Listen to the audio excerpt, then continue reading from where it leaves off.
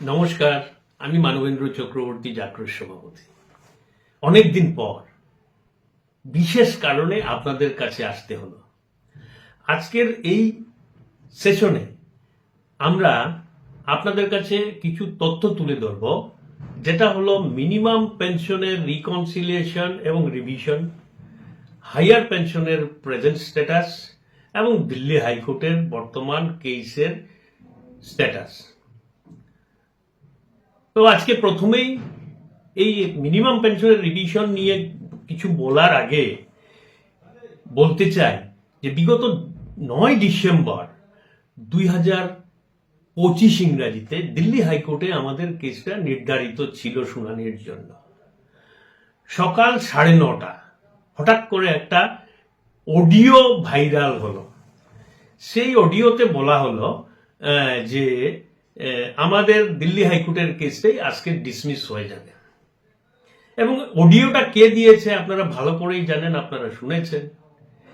এই অডিও পাওয়ার পর আশ্চর্যজনকভাবে কিছু চক্রান্তের যোগসাজশ অঙ্কে মিলে গেল। তার সঙ্গে কি যুক্ত ছিল? যুক্ত ছিল বিগত 11 নভেম্বর 2025 ইংরাজিতে এসসিসি স্টেক হোল্ডার কনসালটেশন কমিটির একটা মিটিং হয়। সেখানে নতুন লিকুইডেটরের সঙ্গে স্টেক হোল্ডার কনসালটেশন কমিটির রিপ্রেজেন্টেটিভটা প্রেজেন্ট ছিলেন এবং সেই মিটিং এর মিনিটসে এমন কিছু কথা লেখা হয় যাতে করে সমস্ত আইনি লড়াইকে ধ্বংস করা যায়।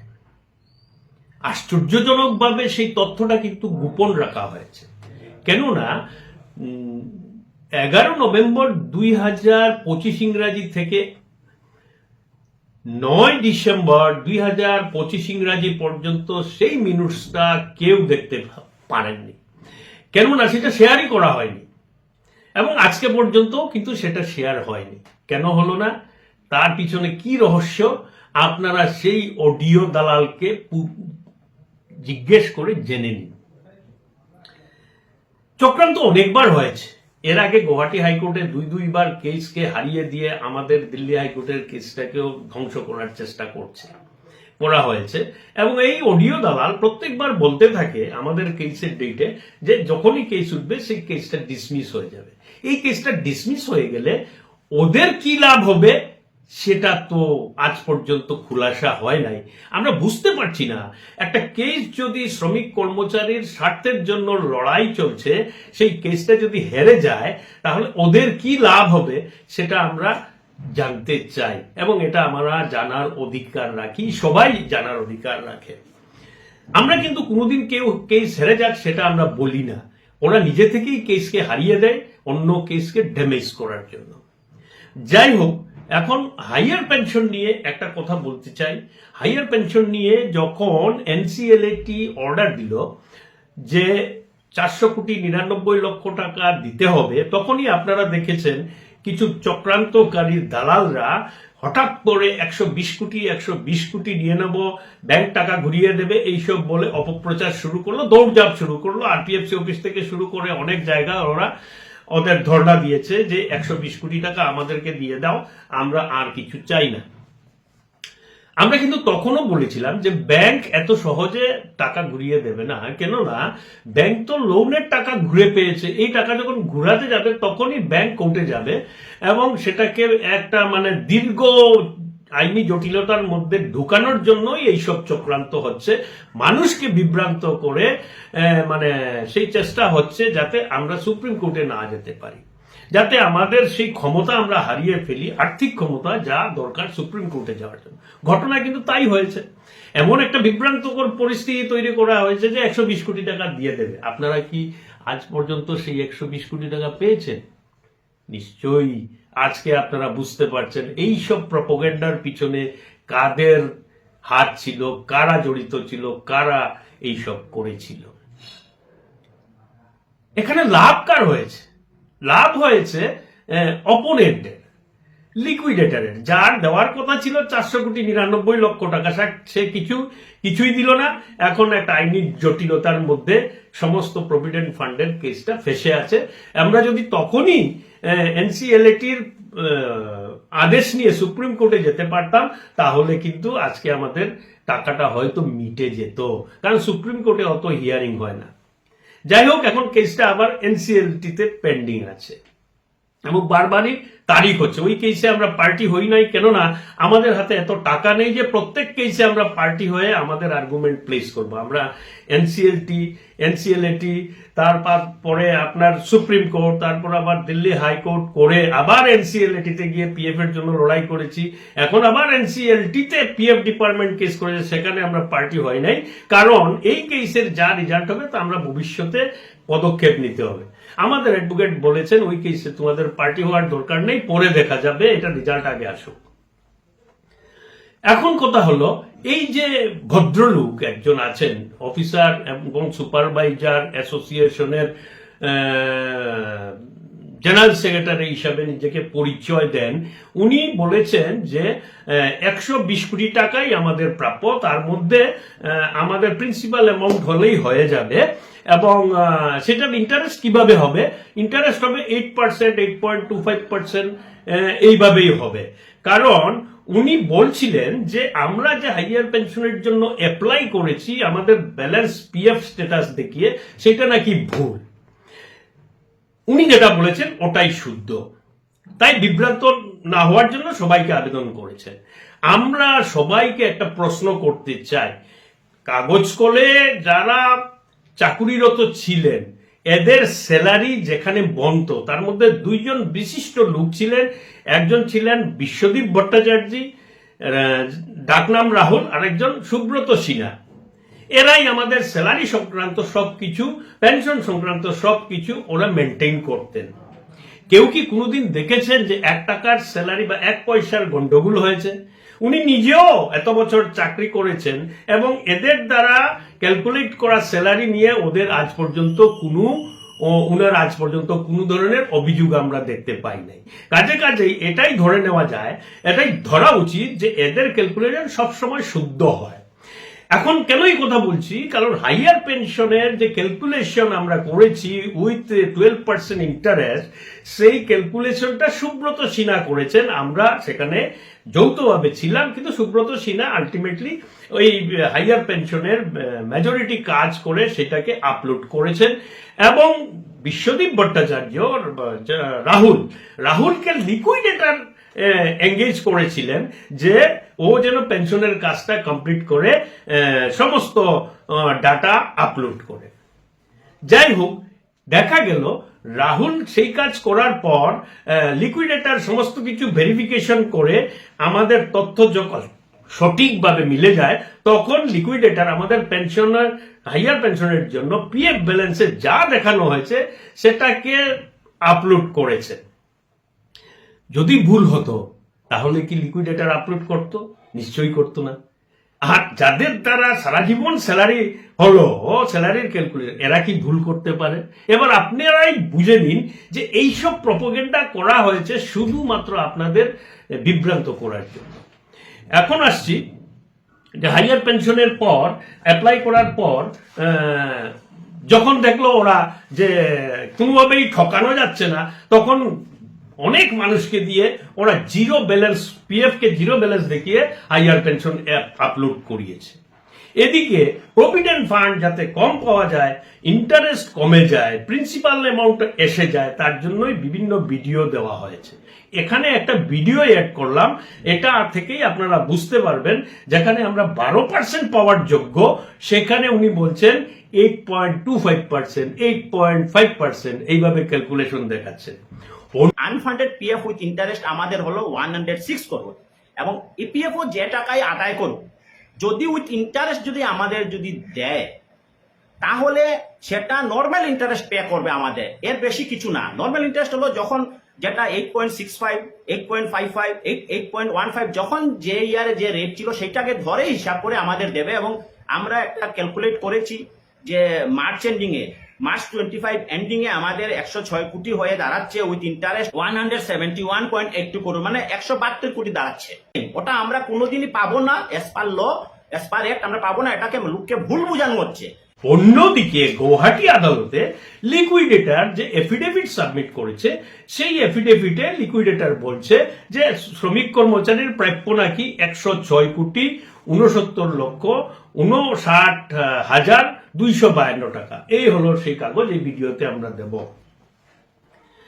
এবং এখানে উনি লিকুইডেটর বলেছেন যে সাসপেন্ড হয়ে গেছে দুর্নীতির কারণে। সেই লিকুইডেটর সাসপেন্ড হওয়ার পরে যে এফিডেভিট দিয়েছে সেটাতে বলছে যে ওয়ার্কার্স এমপ্লয়িকে যে পয়সাটা দেওয়া হয়েছে সেখান থেকে ঘুরিয়ে নিয়ে পিএফ এর টাকাটা জমা করা হবে। এই হলো এই তথ্য। আমরা কাগজটা দিয়ে দিলাম, আপনারা দেখে নেবেন। এখন বুঝুন, একদিকে বলছে ইন্টারেস্ট কম, আরেকদিকে বলছে যে টাকা কেটে নিয়ে যাবে, এবং লিকুইডেটর তো বলছে কোনো ধরনের প্রিন্সিপাল অ্যামাউন্ট ছাড়া কিছুই দেবে না। এবং সেটার কি কোনো কাউন্টার ওরা করেছেন? কারণ গৌহাটি হাইকোর্টের কেসে তো ওরাই পিটিশনার, আর লিকুইডেটর হলো অপোনেন্ট, রেসপন্ডেন্ট, তাও আবার 7 নম্বর রেসপন্ডেন্ট। যাই হোক, ওরা কি করেছেন আপনারা জিজ্ঞেস করবেন, করে দেখবেন ওরা কি কোনো কাউন্টার করেছেন। যদি না করে থাকেন তাহলে কার স্বার্থ রক্ষা করার জন্য এসব চলছে। এখন আসছি 11 নভেম্বরে কি হলো।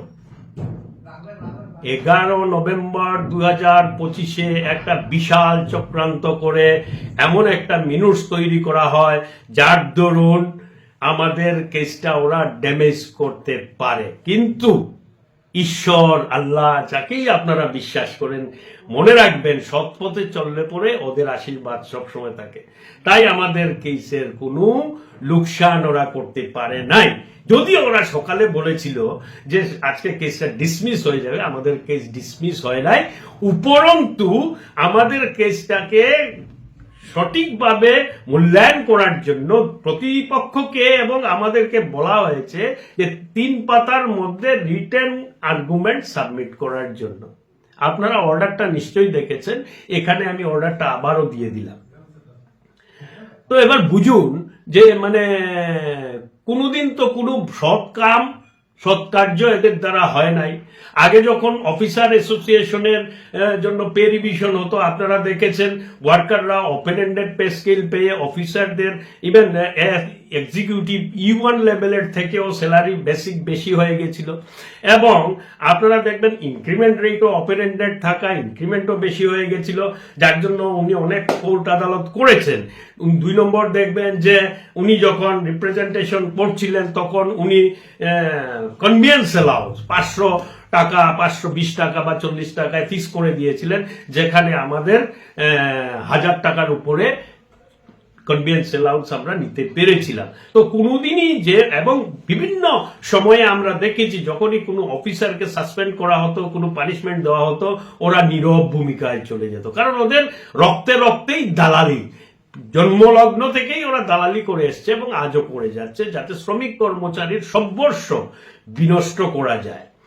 তাই বলছি আপনারা হুঁশিয়ার থাকবেন। এবং আগামীতে আমরা একটা কথা বলতে চাই, এরা যে কেসটা গৌহাটি হাইকোর্টে করেছে সেই কেসের পিটও ওদের, চিতও ওদের, মানে টাকার পিট ও পিট, প্রতিপক্ষ এবং বিপক্ষ মিলেই এই কেসটা করেছে।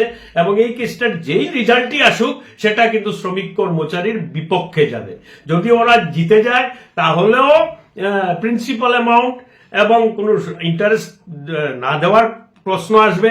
এবং যদি ওরা হেরে যায় তখন এই লিকুইডেটর যে বলছে 106,69,59,252 টাকা, সেটাই ওদের ডিসিশন হবে। এত দুই দিকেই জিত। কিন্তু আমরা বলতে চাই, স্বপ্নেও কল্পনা করা উচিত নয় দালালদের দ্বারা চক্রান্তে ওরা জিতে যাবে আর সমস্ত শ্রমিক কর্মচারীরা হেরে যাবে। সেটা স্বপ্নেও আমরা লড়াই করে যাচ্ছি। আমরা আমাদের শেষ রক্তবিন্দু পর্যন্ত লড়াই করে যাব, এবং যতক্ষণ পর্যন্ত আমাদের কড়াই গন্ডায় সমস্ত আদায় না হচ্ছে ততক্ষণ পর্যন্ত লড়াই করে যাব। চক্রান্ত করে, দালালি করে কোনো লাভ হবে না। এরা আগে বলতো কেসের জন্য কোনো টাকার দরকার নেই। আপনারা বিগত কয়েক মাসে দেখেছেন ওরা লক্ষ লক্ষ টাকা চাঁদা হিসাবে কালেকশন করে নিয়েছে। দরকার নেই তখন বলতো যখন ওদের মালিক সমস্ত কেসের খরচা দিত। এখন মালিকের চাকরি চলে যাওয়ায় এখন তো বিপদে, তাই আবার চাঁদা তুলতে হচ্ছে, এবং চাঁদা তুলে কার পক্ষে কাজ করা হচ্ছে? চাঁদা তুলে কাজ করা হচ্ছে মালিক পক্ষের, শ্রমিক কর্মচারীর স্বার্থের পরিপন্থী কাজ করে সবাইকে ক্ষতি করার জন্য কাজ করে যাচ্ছে। তো যাই হোক, আপনারা হুঁশিয়ার থাকবেন। আজকে আমরা বলতে চাই যে হাইয়ার পেনশন নিয়েও আমরা বিশদভাবে আলোচনা করেছি এবং আগামীতে আরো বড় সিদ্ধান্তের দিকে আমরা যাচ্ছি, যার জন্য আমরা সাধারণ সভার আয়োজন করেছি এবং মিনিমাম পেনশনের রিভিশন করার জন্য আমরা যে পদক্ষেপ নিয়েছি সেই পদক্ষেপের মধ্যে দিয়ে আমরা আজ পর্যন্ত দেখেছি যে অনেকেরই সেই রিভাইজ হয়ে গৌহাটিতে চলে এসছে এবং ওদের ধীরে ধীরে রিভাইজ পেনশন রিলিজ করা হচ্ছে। একটু আমি বলে দিচ্ছি কিছু লোকের নাম। প্রথম হলো আপনার ময়না গোয়ালা, তারপর হলো কুতুবুদ্দিন, আব্দুস সামাদ, সুজন বিশ্বাস, ফণিভূষণ ফুংলোসা, আব্দুল হক বরবইয়া, সুরমান আলী, দিলীপ চন্দ্র রায়, আব্দুল মতিন, অতীশ নন্দন দাস, আবুল কালাম চৌধুরী, দিলীপ কুমার কৈরি, পুলক চন্দ্র বর্মন এবং দেবেন্দ্র চক্রবর্তী।